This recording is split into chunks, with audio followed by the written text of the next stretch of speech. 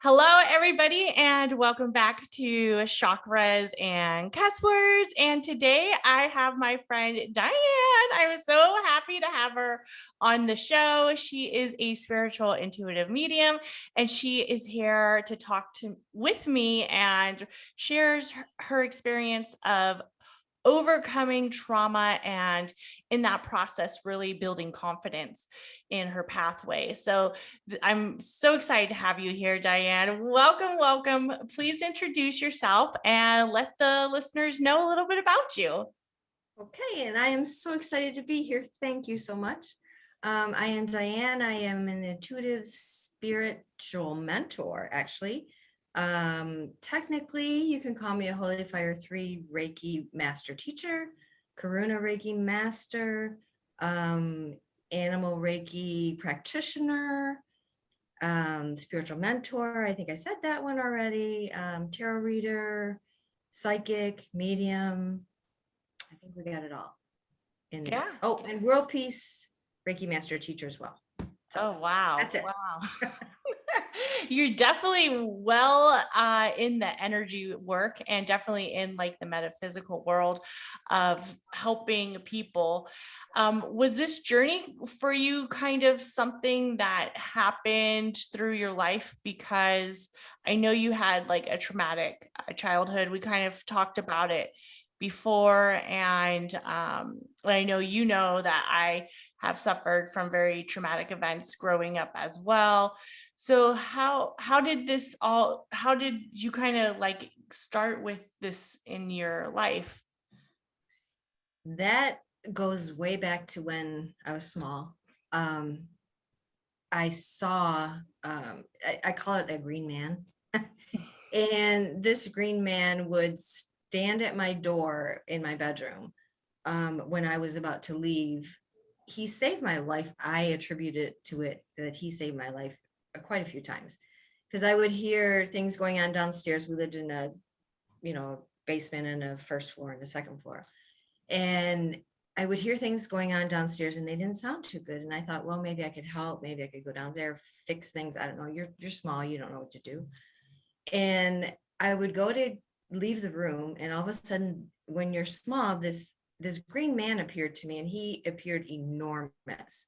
Well, he scared the living bejeebers out of me, for one. So of course I'm not going to try to go past him or anything. So what I would do is just bury my head under the covers and just wait for things to cool down, right? He showed up a lot between the ages that I can remember, of probably maybe 3 and 7. So I attribute him to like kind of saving my life a few times, because I would have had gone downstairs and it wouldn't have been a pleasant situation, right? So after that, I started to not see a green man, but feel like an energy that would put me different places or put me in a place where I would be out of harm's way for the bit. And that happened my whole life. And then I started to see things like, angels and stuff like that. So I thought everybody saw angels. Everybody saw green men. Everybody did this. I mean, it wasn't weird to me because it was just kind of a thing I did. But then when I started to talk about it, like, oh, well, the green man was here again or something, people look at you like, what? There's a green man, so then you learn to be quiet. You really learn to be quiet with everything. During this time, there was a bunch of things that were happening to me, to my body, from other people that were very traumatic. And I think how I kind of put it into a context that I could understand is that my brain went someplace else where my body would stay. So I would kind of hover over my body a lot when the trauma was happening. So I knew something was wrong, but I didn't understand what that was. Mm-hmm. For the longest time, I did not understand. Then there was a point in my life where it just kind of blacked out altogether. And the green man disappeared, the visions disappeared. I had nothing. So I just kind of went on with my life in my 20s. Mm-hmm. When I got to my 30s is when I started to revisit, or these things started to come up in me, and I didn't understand what they were. I thought they were dreams. I thought I'm making this stuff up. I thought that what I was thinking wasn't real. So it's kind of hard when you're in the trauma victim, you don't know who to go to ask if this stuff is real or not, right? Because you can't go to your abuser, or you can't go to the people who are there that you're thinking might have done something to you, but you don't quite know what it is. So Right. my thing is I couldn't remember the whole scenario of everything, but I could see myself as looking down again. And that's where it started for me, is like something happened to me. I can't put words to it. I can't understand what it is, but I need to find out what it is. And then what happened after that is I started to hear these things like, um, this happened to you and it's real. Like I would think of something and then the voice would say, this happened and it's real, or I would pray and this happened and it's real. I would always hear that phrase, this happened and it's real. The green man wasn't there, but then the voices started. But they were internal voices, and I could tell the difference between my own voice and maybe a voice from, coming from a higher self or a higher realm. And that's when I started to get in tune with my psychic gifts, because I would hear these voices and then I would start to question them. Like, what do you mean it's real? What are you talking about? I don't understand. Can you explain this to me? And what they would say is, that's not normal, because I thought all of that was normal. Everything that I remembered, I thought everybody does this. You just don't know what you don't know, right? Until you know it. And that's kind of where the psychic part came into play, is because I just heard these voices and I trusted in these voices so much. Back then, I did do a lot of praying. And so I kind of attributed it to, either Mother Mary talking to me or somebody kind of like that, was talking to me and telling me, yes, it's real, it's valid, what you're feeling is valid. Now it's time to get help for it. So that's where it all started with the psychic part. The energy part didn't happen till way later, and we'll get into that later. But Yeah. the psychic part started probably in my 30s, well, as a kid, but then it kind of went away, and then it came back again, but as voices more and a little bit of vision. Yeah. And it's because I know, like, for me, when I was hearing you and you were saying that, you were experiencing the voices, but it was almost like you could tell that they were external, or they were internal and not external. So, and you trusted them too, where it didn't feel like something that was creating more trauma or more fear, which I think some people, some people will say, well, to me, that sounds like medical diagnoses or something like that, where of course you probably didn't want to tell people, and especially people who you didn't trust, even though you trusted the voices. Right. And this was like when you were in your 20s, right? Yeah. So when I hit my 30s is really when I really started to dive deep into the voices, into the feelings, because I started to feel, like when you're around somebody that's not feeling too good, the energy wise, that started to kick in. I didn't feel good. I found myself, removing myself from a ton of situations, and almost to the self of, or to the point of self isolation. And that's not healthy either. So I knew that much myself. But I had to remove myself from a lot of situations that didn't feel good. So then the feelings started to come in, where I could feel people's energies, I could feel what's going on. But it was all internal. And you're right, the difference between the external voices, normally the external voices from, having a child diagnosed with a mental illness, that I know the external voices are not pleasant, and they tell you to do harmful things. And that's not the kind of voice I'm talking about. These were always uplifting voices. You're safe, you're okay. We just have to work through this kind of thing. They were very, soothing to me. So they weren't the voices that, that my daughter, so let's just speak, experiences. That wasn't that. Right. And I want to distinguish that, because I'm not saying that, hearing voices is Right. normal or not. I'm just saying that I kind of intuitively knew the difference between the external voice and an internal voice for me. So that's where that came in. Yeah. And then when you started like your healing process, I mean, I can imagine it was very something that took a lot of time, and probably you're still, going through a healing process. Like, I feel like we're always healing. We always have reflections of the tissue, like the scar tissue, the area that the wound once was at, that's always somewhere present in us, even though we've healed in some ways. Mhm. When you're going on your healing process, how was it with the self-esteem and the confidence and finding that area that really, you know, how did you feel during your healing process? Yeah, it's interesting. The body does keep score, you know. I had a hysterectomy in my early 40s, and I wasn't able to bear children, so I had to adopt. And I never knew why. I mean, but I kind of sort of knew why, Mhm. but then I didn't know why, you know. It was one of those things where I didn't have any validation, and everybody had that was a part of this passed away already. So I really didn't have anybody to verify anything. But I had the hysterectomy, and then my thyroid ran out, so they had to do that nuclear thing where you kill your Mhm. thyroid. So I do remember like vividly being choked. Mhm. I do remember that. And to put it all into perspective, your body does keep score. And so to heal your body, to me, was I have to recognize that my body is hurting. And my mind needs to be clear on the fact that something did happen. So the recognition of the fact that it did happen was huge for me. That something did happen. I'm not quite sure all what happened, but I know something did. A lot of things did.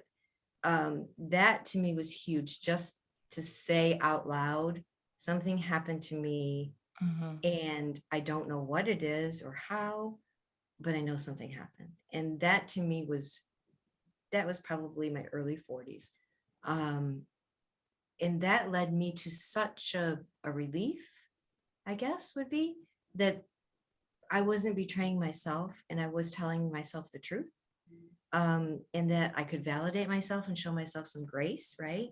Mhm. Because I felt before that I was unworthy and I was like dirt kind of. I felt very dirty all the time and I didn't know why. But then after I started to validate myself, and yes, what you experienced is true.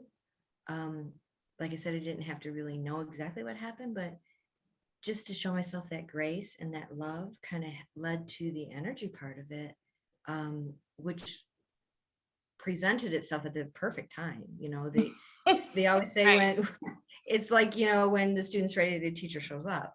In right. my case, when I was ready, the energy showed up and the Mhm. energy was there. I was around people who studied energy, and they're like, well, let's just play with some Reiki with you. Let's just do this, or let's try this, or let me, I was the guinea pig for a lot of people. I'm Mhm. studying this, let me do this and this and this.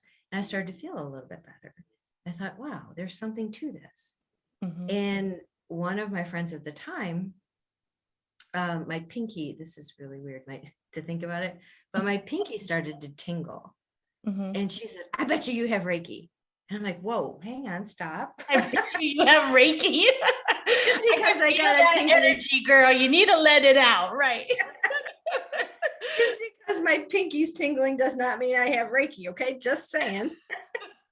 So she started to say, I bet you have Reiki. I bet you have Reiki. I'm like, no, I don't. And literally, I remember telling her, I don't have the patience to stand over somebody for an hour, hold my hands out, and help them on their journey. I don't have the patience for that. I just don't. Mhm. So in the meantime, I started studying tarot, because it would just fascinated me. The cards did, the imagery, Mhm. the focus, the whatever it was about those cards, they just called me. So this is going to really date me now, but I was at a library and I was in the metaphysical section, which is very, very small in the library. Mhm. And this book literally fell off the shelf, fell on the floor in front of me. I'm like, okay, what's this? So I pick it up and it's this book. And I started reading it.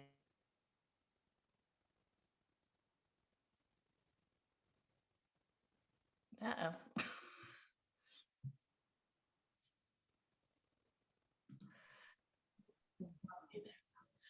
So I was at the library and this book fell off the shelf. And I thought, well, that's weird. So I picked it up and I started reading it. It was the story of my life. All the clairs were in there. Reiki energy was in there. Tarot readings were in there. Psychic abilities, mediumship, anything you want to know about anything. This was like my life story. Seeing green men. I didn't literally say seeing green men, but seeing things that protect you. So I just kept checking that book out over and over and over again until I studied it. Finally, I bought the book. Right. But in the meantime, I kept going to the library and picking this book up. That started me on my path to being so-called psychic, because I started studying all the clairs. And in the book, it says to take one clair at a time. It says to learn how to protect yourself, learn your guides, learn where your guidance comes from, all the basics, from just being to protecting, to focusing, to sharing, to, but taking one thing at a time, one step at a time. And I find that to be very helpful. And that's what I teach my clients as well, is all this is happening. I understand that, but let's just hone in on one thing, get that down, and then focus on the next. So then I started studying tarot a lot, because tarot to me was these messages that I was receiving were for me. And that's unusual, because tarot readers say they can't read for themselves. And I can't now either. It makes a total mess of it. But at the time, they were giving me messages. And then I started the automatic writing. So then I found out who the automatic writing was from. And it was from Metatron. I had no idea who that was. So then I started studying Metatron. I started studying sacred geometry, and I started studying, who Metatron is, who his brother is, how this relates to everything. After that, I started just to practice tarot and how to read people and how to, focus on that for a bit. And then from there, I got the jobs and did that. But in the meantime, it's weird to say, but I was kind of blowing my own mind. But you know what I mean? Yeah. Because Yeah. you learn this stuff and you're like, wow, that Yeah. is the coolest thing ever, right? Or, oh my gosh. So every day was an oh my gosh moment for, I'd say probably 4 years, maybe, of just learning and studying and focusing and just being. I mean, that was the most important thing to me, was just to be, and to be quiet, and to not isolate, but just to be quiet so I could hear my own thoughts. I could hear what was coming to me. I could decipher what was happening. I could get my own messages. And then I got the validation on the abuse through all that. So then it was all validated for me through all the things that I was doing and the things I was picking up. And it all came together, like in my 50s. It all came together in one point where I said, okay, I can do this for myself now. I did have therapy. I was in therapy for 5 years, talk therapy. That helped a lot for me as well. But then the healing process started when I started to heal myself. But it took the recognition of the fact that there's something different about me. Not everybody goes through what I go through. And I'm not going to compare myself to another person who's been abused, right? No, we're not going to do that. But we're going to learn how to work with what I have and how to be gentle on myself and heal myself. And that's where the abilities came in. I think strong is because they kind of told me and guided me on what to do. And that to me was a gift. I mean, I tell everybody that to this day, like I was in my 50s when all that happened. So it's never too late, I guess, is another thing. Yeah, it's never too late to start like your healing process, to start your journey of finding new energy or center that feels like good to you and feels somewhere that you can feel that release and you can also receive. So when you like finally accepted, like, yes, I'm a healer and I am in this area and I came from this area of trauma, but I'm actually here to help and heal other people, as I'm sure people helped and healed you through this process as well. How did you start to build the confidence, like to actually get out there? Because you were already in your 50s, you were already kind of like started a life path that some people, maybe started years before. So how did you kind of get yourself out there and put yourself in this area? That, when they say follow the breadcrumbs, Mm-hmm. that's literally what it was. I trusted so much in these breadcrumbs by that time that it just guided me to places where I needed to be. And I wasn't afraid. A lot of people, well, weren't you afraid to do this? Weren't you afraid to do that? I wouldn't call it being afraid, because I've been through the fearful parts. I revisited the fearful parts and they were scary. So I know what scary is. But I thought, if I can make it through that, then this is not so scary. Right. It's just a new thing I have to maybe learn, or maybe I already know. I don't know. I just need the validation of somebody else to figure it out. And that's where I got the confidence from, is inside of me. I knew that I had been through scary, and I knew that I had been through whatever you want to call it. But the confidence came as I survived that. Mm-hmm. Right. I'm alive. I'm here. My focus totally changed my whole life. Mm-hmm. So that's where the confidence came from, was inside, that I trusted so much in my guidance. And I literally did. I trusted so much in my guidance that it gave me the confidence to move forward into whatever I wanted to do. And I was on the downhill, I was on retirement path. Here we go. We're done. And all of a sudden we're starting this career in this field that nobody knows nothing about. And it seems kind of woo-woo, but I went for a reading on my birthday. It was like I don't know, maybe my 50th birthday. I don't remember. And the psychic says, you're very gifted. And I said, well, I don't know what to call it, but okay. And she said, you read tarot? And I said, yeah, I do. She said, do you want a job? And I looked at her like I'm here like for ready a to put reading. you to work. I'm here for a reading for my birthday, and you're asking me if I want a job. I'm getting ready to retire here, and I don't know. She said, well, come in on Tuesday and read for some of my staff. And I thought, okie dokie. So this is kind of happening, right? The confidence to do that, I don't know how to describe it, but just the fact I walk in the door and I knew that what I knew was enough. And that's built my confidence enough to go in that door to begin with. Right. And then I did like 5 readings, I think, for different people, different psychics in there. And I got hired, and the story goes on from there. But the confidence to do it came from inside. It came from being prayerful. And I'm not saying that just like a thing, but for me, it was very important my whole life to be of prayer. And then the metamorphosis I did throughout my life, like I am not the person I was 20 years ago or 10 years ago or even 5 years ago. That confidence builds to the point where you just trust, and you trust in yourself so much that I think the confidence comes naturally. I'm not quite sure how else to describe that. Yeah. I think like with me too, like when I was like, okay, I'm going to start talking, because I thought about like, am I going to start talking about tarot? Am I going to start bringing that in? Like astrology was always kind of easy for me, because everybody wants to know their horoscope, or everybody wants to, what is the zodiac? What does this mean? Or, but when I brought in like the tarot, I remember I was like, okay, this, because I had to hear, from my dad, who he just likes to talk smack, and and he would always have something critical to say or something smart ass to say. And I remember I was like, do I have the confidence to be like, I read tarot, like, to really get it out there and not really care what anybody else thought, what anybody else had to say.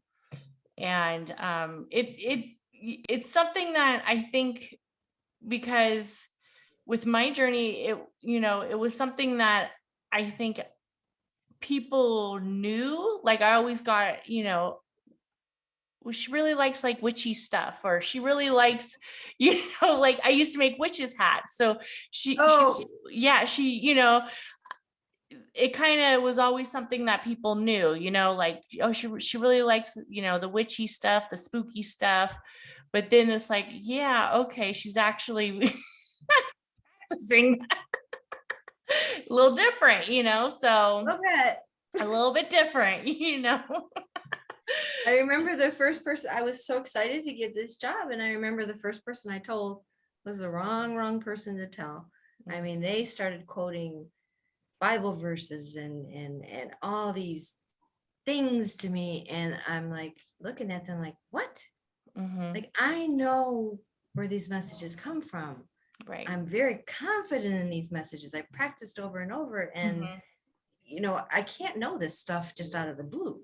I just can't. And Yeah. you can't make this shit up sometimes, right? But you And can't. Yeah. you can't. It's like, So I you wish gotta I have was the, making this up. I would be freaking so smart if I was. but you can't. It's just like, I can't make this stuff up. So the confidence came in that too, just reading people over and over and over again. But then I could have went the other way too when I told this one person, and she's like, whoa, and started to really read me the riot act there. And I can go into how I fixed all that, but it was fine. It was Yeah. totally fine. Yeah. And I just, I decided I went to talk to people I needed to talk to. I got it all right with my guidance. Mm-hmm. We're done. So that gave me the confidence too, talking to those people. And I think that Right. woman was put in my life to have me talk to these other people, Right. to give me the confidence to say, yes, you're doing okay. Yes, it's fine. What you're doing is great. Keep doing it. If you're helping people, that's brilliant. And I never want to give people my advice either, because I have a higher place to go for that. Yeah. And their advice is like brilliant. So I couldn't even make that up if I tried. So Right. yeah.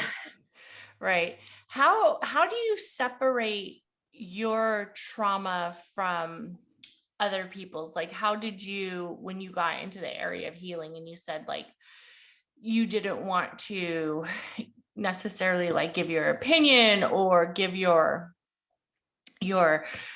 um trauma in comparisons, like you didn't want, obviously we don't want to trauma dump or like compare our story versus somebody else's story. How do you separate the two when you like get home or when you're done for the day and now it's time for you to separate from that?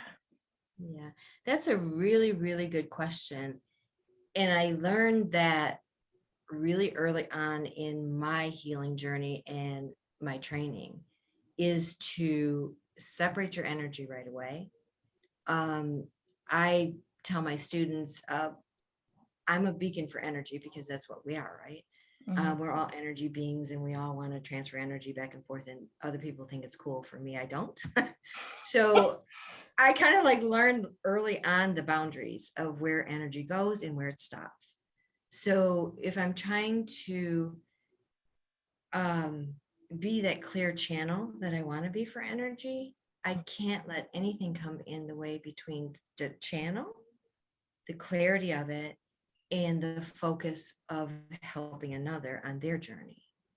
Mhm. So what I do is I learned very quickly to set.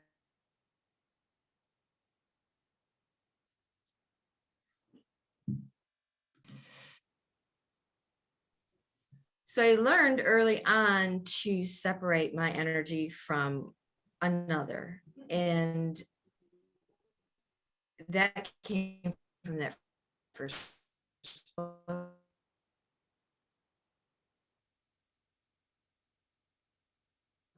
actually. To learn myself, I become that hollow bone. Do we pause again? Are we good? No, we're good. I want to be that hollow bone. Okay. I want to be that hollow bone. I want to be the channel. So literally what I do now, and this is a technique I teach my students as well, is I put my ego on a shelf and I picture my ego as a football. So I take this football, I put it on a shelf. Now I am this clear conduit for whatever energy that I'm channeling. to go to the client, right? Now on the client's end, they're going to feel hot, cold, whatever they're doing. I have no control over that. That's Reiki's business, not mine. And then when they, tear up or start talking or release, whatever they got to release, I'll see it, I'll feel it, I'll release it. But it's not me doing it. It's the energy mostly. And I send it to the flame to be transmuted. And we have all these things that we do with the energy to get rid of it, right? But my first experience with that, I remember I was a level 2 practitioner in like 4 lineages ago. And she just curled up into a ball and just started crying. And for the whole session, that's what she did. And I just remember thinking to myself, I need to let this happen. I can't get involved. I can't feel it because that would be too detrimental to me. So I think I set boundaries really, really early on in my healing journey for others, that this is them releasing. I am the space holder. I am the one to make the space clear enough so that they feel comfortable enough to go ahead and release whatever they're releasing. And it's not my business what they're releasing either. I don't really go into what it is. You got to release it. You just feel free to go ahead and do that. I will clean it up later. I always tell people I'll clean it up later. Don't worry about it. And then I send it all to the flame and clear the room out again and get ready for the next client. But there is this boundary that I have for myself is, you only can get so close energetically. And I think like my guidance takes over and kind of protects me that way. After a session or after a reading or after whatever, I'll clear myself up. There's ways to do that in Reiki and also psychically, so that I don't remember anything anyway. So it's not, that's a gift. I think not many people call it a gift. I do because I don't remember anything. I don't. If you came in last week for a reading with me and you're here this week, I don't remember the reading. They'll say, well, you told me this and this and this. I said, did it work? I make a joke of it. Like, how was that reading or how was that session? Whatever. Was it okay? Did it work out? Because I don't remember. And they look at me like, well, you just saw me last week. I'm like, yeah, but I still don't remember. And that's a gift that I think somebody gave me and I'm sticking with it. So I just don't remember. And that's another thing with comparison. I mean, I can't compare to what they're going through, and I'm not a therapist. So I'm not going to pretend to be one, but I can help them feel comfortable enough to release what they need to release or incorporate what they need to incorporate and make them feel okay when they leave. And I make sure they're okay when they leave. And then I take myself back, put myself back together, and we're ready to rock and roll again. Right. I hope that made sense. Yeah, it did. It is definitely a process. Like, you have to clear your area, especially after receiving so much energy. There's been a few times where I've just done readings, or I've done even just sound energy with other people, and I've received a lot of that energy where it's like you're literally exhausted sometimes, and it's like you have to clear that energy and make space to go about your day and really have that release where it doesn't kind of invade your peace, right? So that's amazing that you're able to separate it and you don't get hung up on the how come they had to release that, or what happened to them, or how come they were crying. It's like sometimes we don't need to hear everybody's story. So. And they they just they release it, I get rid of it, that's it. And it's funny we're on this subject because I think it was 2 days ago I was off work and I actually went to the grocery store for the first time in a very long time because my husband's retired now, so he's kind of doing that whole thing, which is fine with me. But I'm like, let me just go to the grocery store. So I went to the grocery store, did some errands, I took myself to lunch, I did all these things, and I came back and I was so happy that day. He said, what is wrong with you? Not that I'm not happy, but like I was like in a different happy. And I said, I did normal things today. And he said, what do you mean? I said, I went to the grocery store, went to the gas station, I went to the drugstore, I did this, I did that. Those are normal things to do. When I come to work, that's not a normal thing that we do, right? I mean, it is normal for me, but Right. for most people, it's not like a really normal thing. Yeah. I said, I did normal things today and it was so fun. And Yeah. it's like, oh my gosh, good thing I've been married to you for so long, because that would be like a weird thing to say if it wasn't you. So Yeah. Yeah. Right. It's like most people don't really do energy work. It's kind of that. For a while, I was thinking, does everybody do it? But then I realized, well, it feels like everybody does it because I'm in this space where I am surrounded by people who are in the same area as me, and I feel like people who are in this community or in this section, we tend to like find each other or get centered with each other. And then I'm like, wow, everybody is on this spiritual journey as well, and they're helping each other. And then I realized, no.